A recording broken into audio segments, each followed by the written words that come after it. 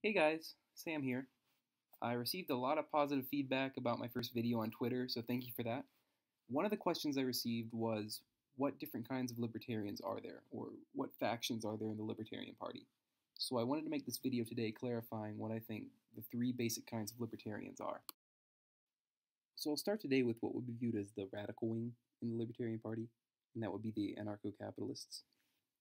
Anarcho-capitalists, just like the name indicates, are anarchists, so they support the complete abolition of government, and they believe that free markets and individual freedom can only be achieved through the complete abolition of government.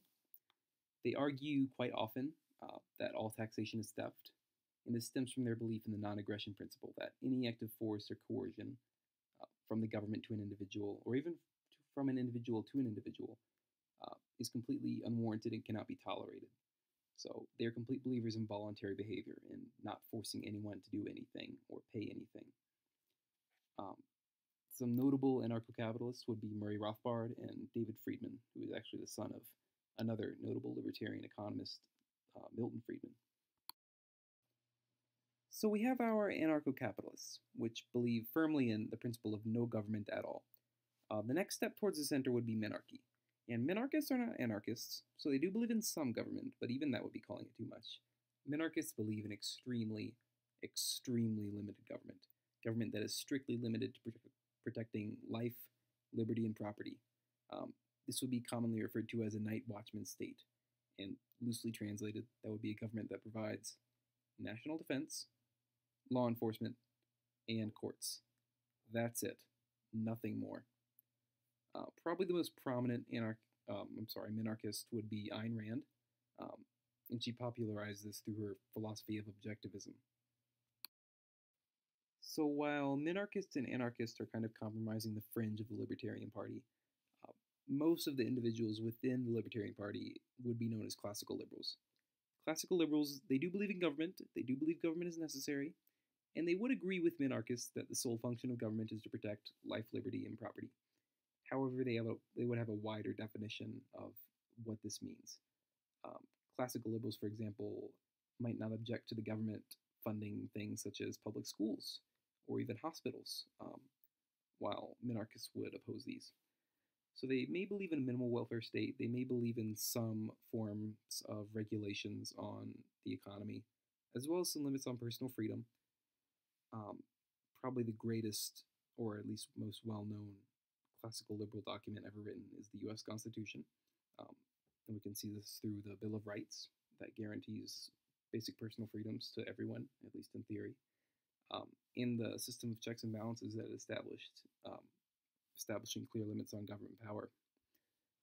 Probably the most prominent classical liberals would be our founding fathers. When most people think of the founding fathers, they're thinking of classical liberals. Also people like Milton Friedman and philosophers like John Locke. So moving more towards the center of the political spectrum, we have our left libertarians. Left libertarians would agree more with the positions of the Democratic Party than most other libertarians, or even ex-Democrats themselves, such as in my case. Left libertarians were more focused on promoting personal freedom, typically, and we may be more moderate on economic issues, such as environmental regulation, healthcare even, other issues of income inequality. Probably the most prominent left libertarian I can think of, he's actually a Democrat, but I call him a libertarian, is Senator Ron Wyden. He's a Democrat from Oregon, and he's really been the leading charge in the Democratic Party against the NSA's actions.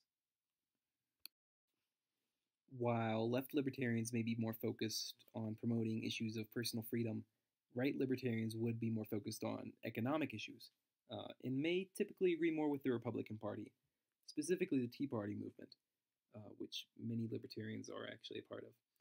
They tend to be more moderate on social issues. A couple that I've noticed particularly are abortion, and while the Libertarian Party officially is pro-choice, many libertarians themselves do not agree with abortion or do not think it should be a woman's choice.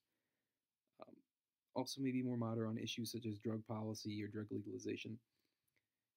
A number of right libertarians voted for Mitt Romney in the 2012 election. And when I think of presidential candidates for the Libertarian Party, almost all in recent years have been right libertarians, such as Ron Paul, who is a Republican senator from Texas, Rand Paul, who was a Republican senator from Kentucky, and Gary Johnson, even, who was the 2012 candidate for the Libertarian Party. He was the Republican governor of New Mexico. Well, thank you all so much for watching. I've been getting incredible feedback about my first video on Twitter. You can follow me there at A Young Libertarian.